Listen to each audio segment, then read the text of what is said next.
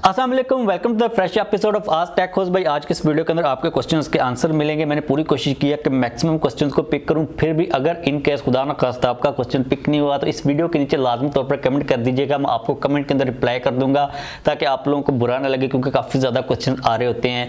बात करें आज के पहले क्वेश्चन की, अब इनका नाम मुझे समझ नहीं आ रहा। रेक्स लाइन इन्होंने लिखा हुआ Poco X3 GT used price tell me avail in 40K worth. अच्छा, अगर हम लोग स्पेसिफिकेशंस के ऊपर नजर डालते हैं ना तो IPS LCD डिस्प्ले 120 हर्ट्ज के रिफ्रेश रेट के साथ डायमेंसिटी 1100 का प्रोसेसर है, बैक साइड के ऊपर 64 मेगापिक्सल 67 वाट की फास्ट चार्जिंग की सपोर्ट। इस प्राइस के ऊपर अच्छी कंडीशन के अंदर मिलता है तो डेफिनेटली एक बेटर ऑप्शन है, आप उसकी तरफ जा सकते हो। अगर इनके अलावा और भी कोई बाय करना चाहता हो, उनको भी मिलता है तो आप बाय कर सकते हो। लेकिन एक चीज़ चेक कर लीजिएगा कि उसकी कंडीशन ठीक होनी चाहिए, उसके अंदर किसी किस्म का कोई भी मसला नहीं होना चाहिए। अगला क्वेश्चन पूछा है मुसाफिर अजीब ने, सर मैं क्वेश्चन प्लीज़ पिक करें, सैमसंग A22 बेटर है या सैमसंग A32, कौन सा खरीदें?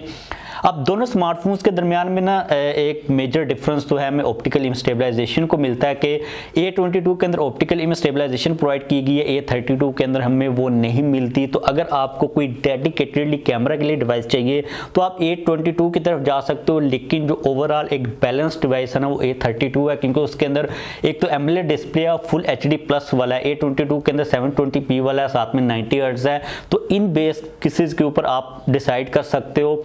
ओवरऑल अगर मेरी रिकमेंडेशन की बात करते हो तो A32 को बाय कर लो, वो एक बैलेंस डिवाइस है, 64 मेगापिक्सल है बैक साइड के ऊपर और आपको कैमरास की क्वालिटी भी अच्छी मिलेगी। लेकिन अगर आपको डेडिकेटेडली कैमरा के लिए कोई डिवाइस चाहिए तो फिर आप A22 की तरफ जा सकते हो।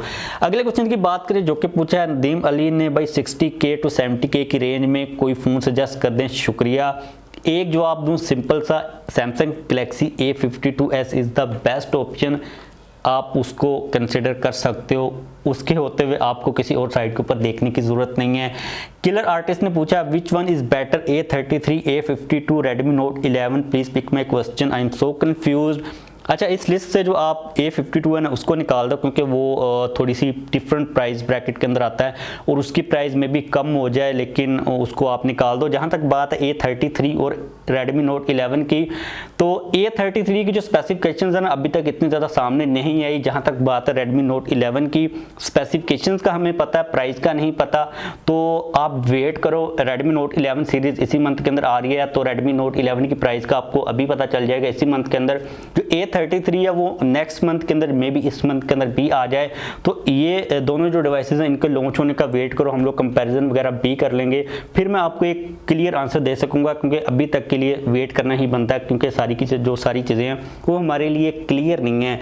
नेक्स्ट क्वेश्चन की बात करें जो कि आ रहा है आशिफ रूटीन की तरफ से, Poco X3 Pro for PUBG under 40K is good option और not, please add my question. अच्छा, फर्स्ट ऑफ ऑल अगर हम लोग स्पेसिफिकेशंस के ऊपर देखते हैं ना तो IPS LCD डिस्प्ले 120 हर्ट्ज के रिफ्रेश रेट के साथ, स्नैपड्रैगन 860 का प्रोसेसर है, 5160 mAh की बैटरी के साथ 33 वाट की फास्ट चार्जिंग की सपोर्ट। अब अगर हम लोग इस कॉम्बिनेशन को मिलाते हैं और उसकी प्राइस को देखते हैं तो डेफिनेटली एक वर्थ इट ऑप्शन है PUBG के लिए, आप इसको कंसिडर कर सकते हो। और मुझे नहीं लगता कि इस रेंज के अंदर और कोई भी बेटर ऑप्शन मौजूद है जो कि आपने सिर्फ गेमिंग के लिए अगर कंसिडर करना तो आपको मिलेगा। तो definitely Poco X3 Pro is a best option for PUBG specially तौर पर। जुल्फिकार भट्टी की तरफ से अगला क्वेश्चन है, भाई A52s ले लेना चाहिए या A53 का वेट करना चाहिए, कौन सा बेस्ट रहेगा आपके ख्याल में? अच्छा, मेन जो डिफरेंस चीज़ क्रिएट करेगी ना वो होगी प्रोसेसर। A52s के अंदर स्नैपड्रैगन 778G है, जो कि काफ़ी एक डिसेंट वेल ऑप्टिमाइज अच्छी परफॉर्मेंस वाला प्रोसेसर है। जो A53 के अंदर प्रोसेसर कहा जा रहा है वो Exynos 1200 का प्रोसेसर है। अगर हम लोग उसको कंपेयर करते हैं ना स्नैपड्रैगन 778G के साथ, तो Snapdragon 778G on paper is a much better processor. A53 कितनी प्राइस के ऊपर आता है, क्या उसके अंदर दूसरी स्पेसिफिकेशंस होती हैं, लेकिन अभी तक मुझे नहीं लगता है कि A52s से वो एक बेटर फ़ोन होगा। लेकिन सैमसंग का कोई पता नहीं है कि सैमसंग उसको इतनी ज़्यादा एग्रेसिव प्राइस के ऊपर लॉन्च कर दे कि ओवरऑल वो एक अच्छी डिवाइस बन जाए। लेकिन अभी तक के जो मामला था ना उनको देखते हुए Samsung Galaxy A52s is the best option. अगर आपको फ़ोन चाहिए तो आप उसको बाय कर सकते हो, अभी आपको लाइक रिग्रेट नहीं होगा। अगर आप वेट करना चाहते हो A53 के लिए तो डेफिनेटली वेट कर सकते हो, लेकिन A52s is a lot much better option. अगला क्वेश्चन आ रहा है न्यू गैजेट NG की तरफ से, how to check high copy and original charger. To be honest, in short, इसको चेक करने का कोई ऐसा वेल इस्टेब्लिश्ड तरीका नहीं है कि आप इन स्टेप्स को फॉलो करके किसी भी चीज़ के चार्जर को चेक करो कि भाई ये कॉपी है या फिर ओरिजिनल है। इसका एक ही तरीका ये है कि या तो आप अगर सैमसंग का कोई चार्जर बाय कर रहे हो तो सैमसंग के ऑफिशियल स्टोर से जाकर बाय करो, या फिर ऑनलाइन उनका जो स्टोर है वहाँ से बाय करो। Xiaomi की भी ऑफिशियल जो भी ब्रांचेज है वहाँ से बाय करो।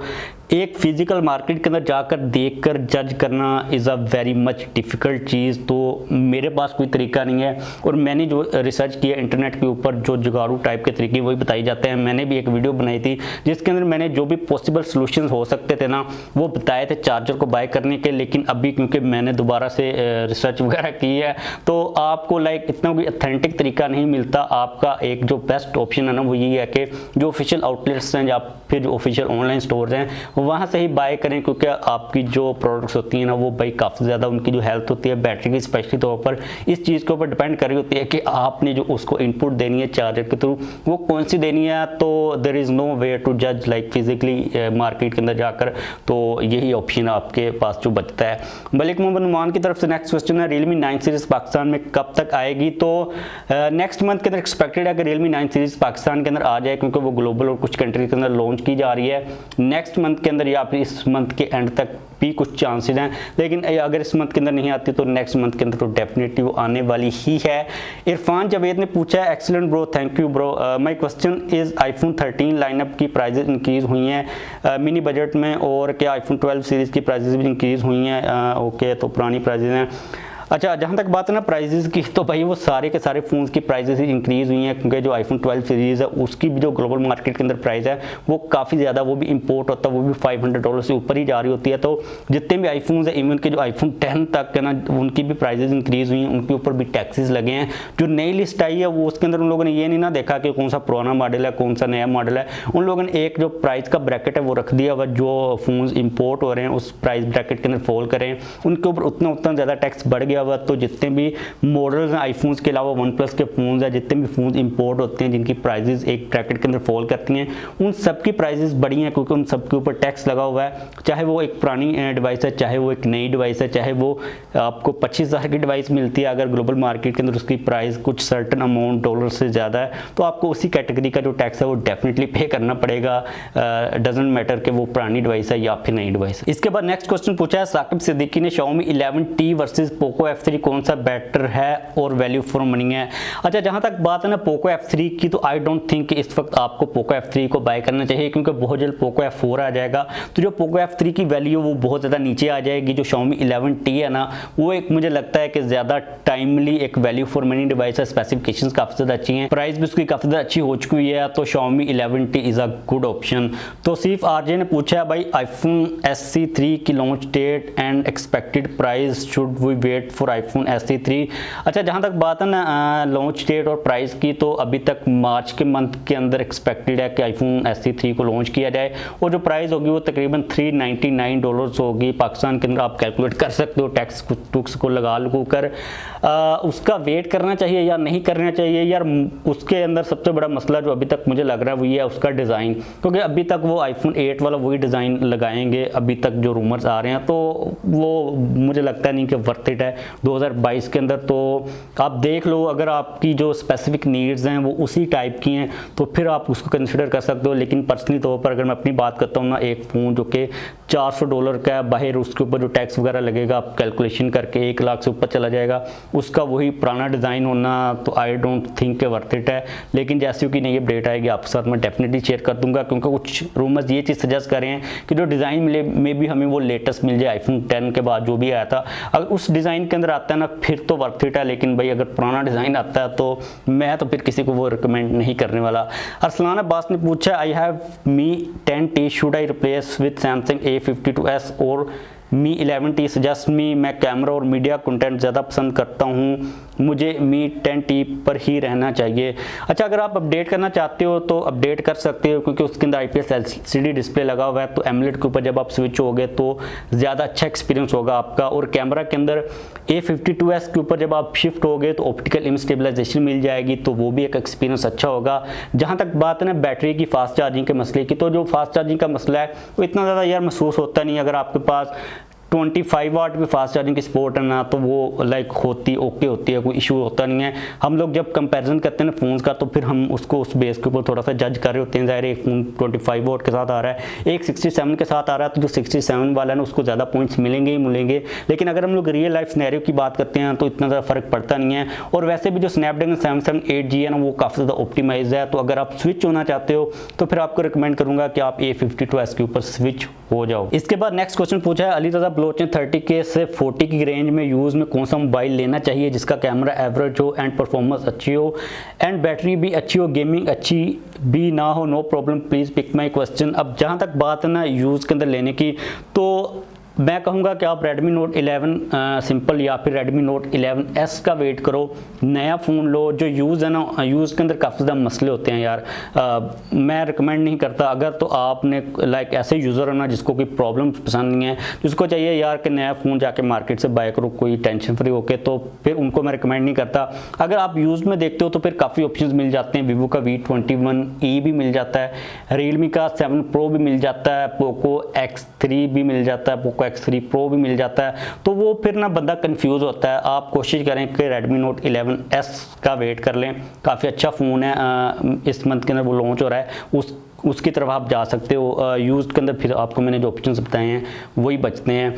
इसके अलावा A32 जो है ना सैमसंग का, वो भी अच्छा फ़ोन है। उसके अंदर जो प्रोसेसर लगा हुआ वो लाइक इतना कोई नहीं है, लेकिन वो अपने आप को काफ़ी अच्छी तरह हैंडल कर लेता है। इसके बाद मलिक वसीम ने पूछा Huawei HarmonyOS alternative GSM Google mobile services. तो यार आई डोंट थिंक कि ये कोई अल्टरनेट हो सकता है। अगर आप पूरे एक इकोसिस्टम के ऊपर देखो ना, गूगल की जितनी भी सर्विसेज है उनके ऊपर देखो, जिसके अंदर प्ले स्टोर है पूरा मौजूद है, आपका जीमेल है, गूगल सर्च है, और भी सारी चीज़ें हैं, गूगल मैप्स वगैरह हैं, तो मुझे लगता नहीं है कि उनको रिप्लेस करना Huawei के बस की बात है। और इसका शॉर्ट आंसर भाई नो, ऐसा बिल्कुल नहीं हो सकता, क्योंकि ऑपरेटिंग सिस्टम को बिल्ड करना, नेटवर्क को बिल्ड करना, इतनी ज़्यादा एप्लीकेशंस को अपने प्लेटफॉर्म के ऊपर लेके आना, ये कोई इजी बात नहीं है। और मुझे नहीं लगता कि Huawei का ये किसी किस्म का कोई प्लान भी है, क्योंकि ये कोई ऐसी चीज़ है कि उसको करना कोई भाई बहुत एक मुश्किल चीज़ है।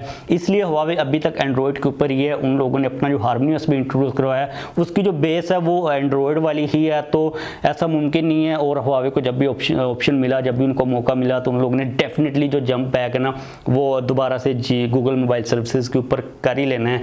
नेक्स्ट क्वेश्चन है MK रुमान की तरफ से। मेरा सवाल यह है कि Xiaomi 12X कन्फर्म पाकिस्तान में कब लॉन्च होगा? जब तक कोई भी डिवाइस के बारे में ऑफिशियली तौर पर कंपनी की तरफ से अपडेट नहीं आती तो कोई भी बंदा कंफर्म नहीं कर सकता। Xiaomi 12 सीरीज़ जो आएगी वो Redmi Note 11 सीरीज़ की जब कैंपेन खत्म हो जाएगी उसके बाद ही आएगी। काफ़ी अच्छे फ़ोन्स हैं, वेट अगर आप करना चाहते हो तो डेफिनेटली कर सकते हो। मेड इन पाकिस्तान होगी, लाइक चांसेस तो हैं, तो प्राइस होगी वो भी एग्रेसिव ही होगी। तो लॉन्च डेट कंफर्म के बारे में अभी तक कोई भी अपडेट नहीं है। साबिर खुर्शीद की तरफ से नेक्स्ट क्वेश्चन है, Redmi Note 11 सीरीज़ में Android 12 की अपडेट आएगी?